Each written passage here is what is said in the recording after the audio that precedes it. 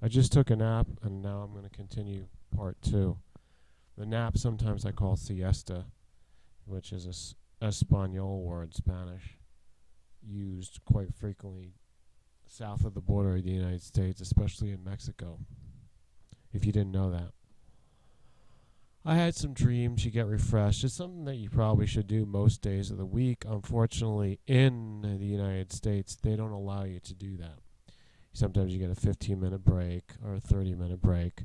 And if you're lucky, you get a 1 hour break. But in that 1 hour, it's really hard to fall asleep sufficiently. You could do what they call a cat nap, but something less than an hour is usually not sufficient. People were writing back in the past few days about this global situation we're in, and it's been going on for a while. I think all of us grew up with it, or if you didn't grow up with it, you were coming across this eventually in your life. I don't know how many people could have lived somewhere in some pocket or corner of the world where they didn't get affected by these things. But I think that we're all on the same page. We all need to get up to speed, because otherwise you would just be a child. You would be, sheltered or naive or truly innocent, if that's possible. But all of us get touched by the beast that there is. We are touched. We are exposed to it, the evil. We are exposed to the machine, what they're doing with the machine. And the United States is the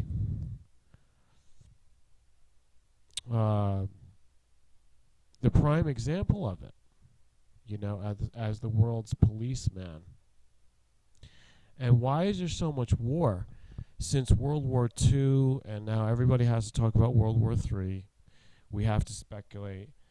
We have to try to predict it, because by predicting it, you can avoid it. You can run somewhere, or you can protect yourself, or what this stupid thing that they call now is part of the internal terrorism, shelter in place. We hear that around Boston after the incident at the Boston Marathon. Now, do we all want to live without war? I can relate to that. That means living in safety. Even the Constitution says something about that. We have these unalienable rights, or inalienable. You cannot be made foreign to it. You cannot be made separate from it. It cannot be taken away from you, these rights. These rights to life and liberty and the pursuit of happiness, and the right to be secure in your persons, in yourself and in your possessions and in your home. We don't really have that anymore. We never really had that, unless you had the most fortified castle that's possible. And that's why these lords and these barons and these kings made these castles in Europe.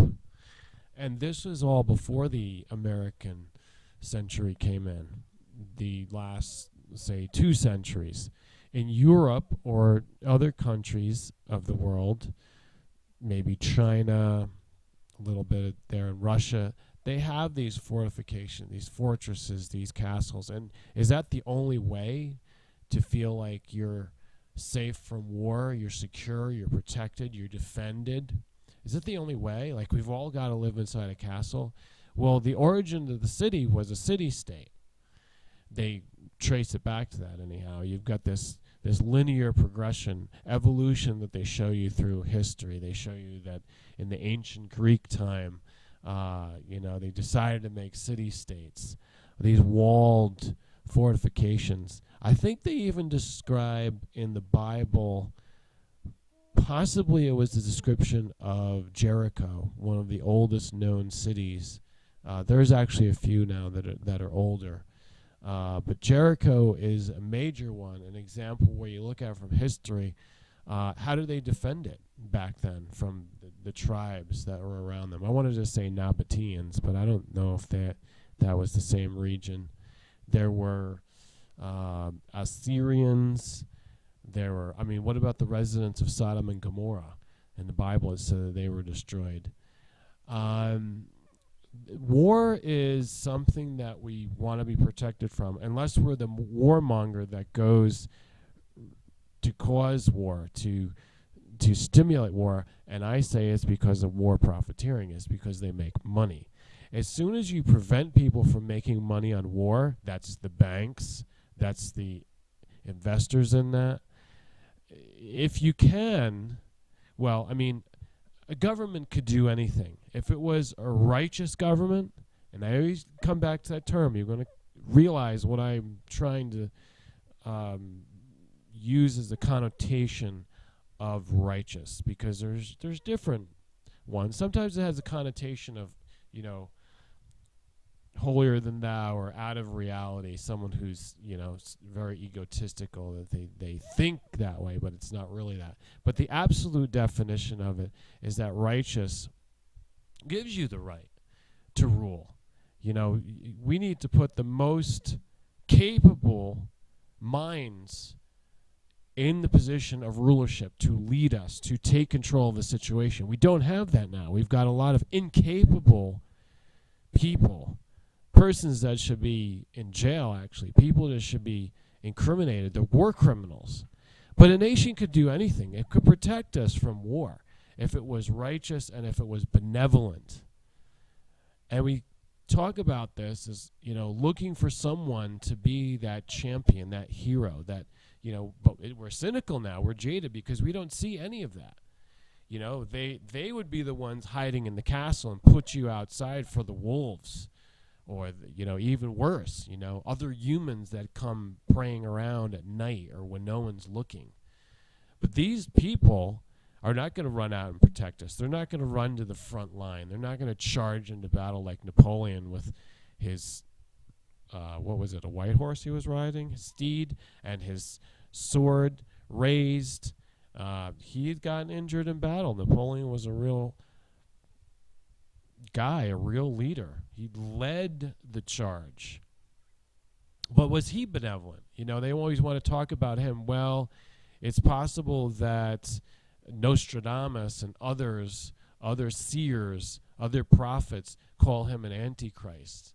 And then the next antichrist was, of course, Hitler.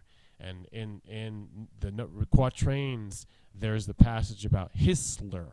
So people say, well, that's got to be Hitler, We'll just say that Nostradamus wasn't doing anything for entertainment. He really was much more than a fortune teller. He is some kind of prophet that can see the future. If I could look into a crystal ball and let you know what was going on, I can at least tell you what you want. We can all relate to this. We all want to live in a world without war. Okay, but that's not just the only statement. Let's just stick with that. Let's meditate on that for a minute. Meditate on that. If you're listening to this right now and you want to get mature, you want to get serious, you want to understand why you've been listening to me for the past 8 years and why you've been looking around for YouTube for anything similar, the same type of resonation, the same message, meditate on that. All right, now you've got that. You accept that. You can even pause the video if you want. So now that we have that first principle that is acceptable to most of us, anyone who's sane, what is the next step that we have to realize? How do we get there? We know what we want. We've envisioned this ideal state, this fantasy that we have, this optimism. Could we ever live in a world like that? If not now, then when? Are we just fatal? Are we nihilistic, annihilating, everything that's good, even our own future? We just have this dark fatalistic existence. Or is this kind of a romantic notion, this world, this peaceful world, a peaceable kingdom that's supposed to come, that's actually predicted in the Bible and all these other prophecies? How can it come? Are we supposed to do nothing? Is it supposed to like drop down out of the sky like some tornado, letting go of the house that crushes the Wicked Witch of the East? Is that what it's supposed to be? And Dorothy steps out into this land of Oz with all the lollipop people and this kind of, amazing fable fairy tale? Is that how it's supposed to be? Or are we supposed to actually do something? We're not waiting for the tornado to take us away, to somehow miraculously, dumbfoundedly, we wake up and suddenly one of the witches is dead and half of the job. But hold on a second. The movie and the story is not that bad by Frank Baum, because she kills the witch in the end, the Wicked Witch of the West, by throwing water on her. So we're getting a little bit closer to the fact that we have to do something about it. We have to, and I'm doing it. I'm showing you, I'm encouraging you, I'm doing it by talking about it. At least that. And I'm trying to live it. People that have been around me, even though they have discrepancies with me, they think I've failed. They think I don't know what I'm doing because of all the mistakes that I do. But they will give you this one thing. They will all agree. I'm going to tell you right now, you can find them. I've been living here, and you will come across them, and they will be a witness. They will come out of the woodwork when it's time. And you can even search them out right now if you want to hear the truth. Hundreds of them. Even thousands. I would tell you thousands because I've met so many people. They will agree on one thing, is that I'm trying something. And we cannot fail if we try. If we try, we're going to get to our goal eventually. You got to keep trying. Try and try again. You know how the statement is. Perseverance. You've got to persist in what you believe in. So I'm trying. I'm not just sitting there and saying, like, I just expect it to drop in my lap. I just deserve to have it given to me. I'm some kind of a saint. I don't have to lift a finger, a pinky, to get what I want. No, that's not true. That's not true. We have to go out and get it. We have to make it happen. I don't know what the hell is wrong with the religion out there. Some of these religious fanatics out there that are deluding everybody and saying that you don't have to do anything. You want a world without war? Oh, just, do a little prayer and have faith, and eventually someone's going to snap their finger and you'll be there. Yeah, you'll be teleported away when the Star Trek USS? I don't know what country they were using, but the Enterprise. That spaceship's going to come along someday, and it's going to teleport you where you always wanted to go. You're going to be a guest of Captain Kirk, and you'll have that little room with the crazy-looking door that goes like... Yeah, that's going to be great, Your own little private quarters, and you'll just zoom around the galaxy. Hey, I'm being facetious here. We're stuck on this planet. Rain or shine. Get rid of your fair weather friends. We're in the battle for the duration. That's what I'm here to tell you. That's what I've told you since day one. Whether I'm fighting the YouTube corporation, Google, the government, the NSA, the CIA, the Russians, the Chinese, the Muslims, the terrorists, the garden variety criminal that's going to steal your pocketbook or my wallet or whatever, Batman, Spider-Man, we are all supposed to be heroes. If you want it, you've got to prove that you can have it, that you get it, that you secure it. You got to raise up the militia. Here's the answer. How do you get to a world without war?